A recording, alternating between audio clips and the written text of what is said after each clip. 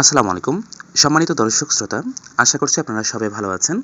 আপনাদের সাথে একটি সুখবর শেয়ার করছি। দ্য ডেইলি ক্যাম্পাস থেকে এই ধরনের একটি গুরুত্বপূর্ণ আপডেট নিউজটি আপনাদের সাথে শেয়ার করছি। আপনারা স্ক্রিনে দেখতে পাচ্ছেন। পে স্কেল নিয়ে সরকারি কর্মকর্তা-কর্মচারীদের যে বার্তা দিলেন অর্থ উপদেষ্টা। 17 জানুয়ারি 2026 তারিখে এই নিউজটি প্রকাশ করেছে দ্য ডেইলি ক্যাম্পাস। এখানে বলছে, নতুন পে স্কেল ঘোষণা ও বাস্তবায়নের বিষয়ে সরকারি কর্মকর্তা-কর্মচারীদের ধৈর্য ধরার আহ্বান জানিয়েছেন অন্তর্বর্তী সরকারের অর্থ উপদেষ্টা ডক্টর সালেউদ্দিন আহমেদ। তিনি বলেছেন, পে স্কেল সংক্রান্ত কমিটি করা হয়েছে, তাদের প্রতিবেদন পেলে বাস্তবায়নে প্রয়োজনীয় ব্যবস্থা নেওয়া হবে। শুক্রবার 16 জানুয়ারি বিকেলে নাটোরের গুরুদাসপুরে মিনি স্টেডিয়াম পরিদর্শন শেষে সাংবাদিকদের প্রশ্নের জবাবে এসব কথা বলেন অর্থ উপদেষ্টা। তিনি বলেন, পে স্কেল নিয়ে একটি কমিটি গঠন করা হয়েছে। এই কমিটির সুপারিশ অনুযায়ী পরবর্তী সিদ্ধান্ত গ্রহণ করবে সরকার। এ বিষয়ে ধৈর্য ধারণ করতে হবে সবাইকে।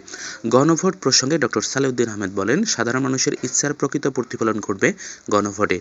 হ্যাঁ ভোট নিশ্চিত করতে প্রশাসনের কর্মকর্তারা দায়িত্ব পালন করছেন। আমি নিজেও বিভিন্ন জেলায় গিয়ে গণভোটের গুরুত্ব তুলে ধরছি। সাধারণ মানুষকে এ বিষয়ে সচেতন করতে গণভোটের ভূমিকাও গুরুত্বপূর্ণ।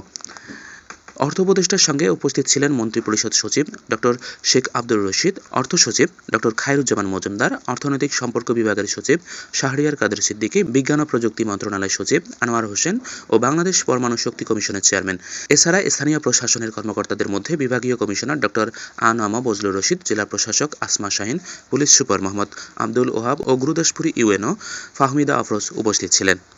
সম্মানিত দর্শক, আজকের এই গুরুত্বপূর্ণ এবং ইনফরমেটিভ ভিডিওটি পর্যন্তই। আশা করছি ভালো লেগেছে।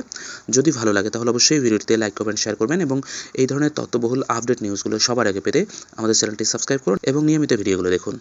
আপনারা সবাই ভালো থাকবেন, সুস্থ থাকবেন। দেখা হবে পরবর্তী ভিডিওতে। আল্লাহ হাফেজ।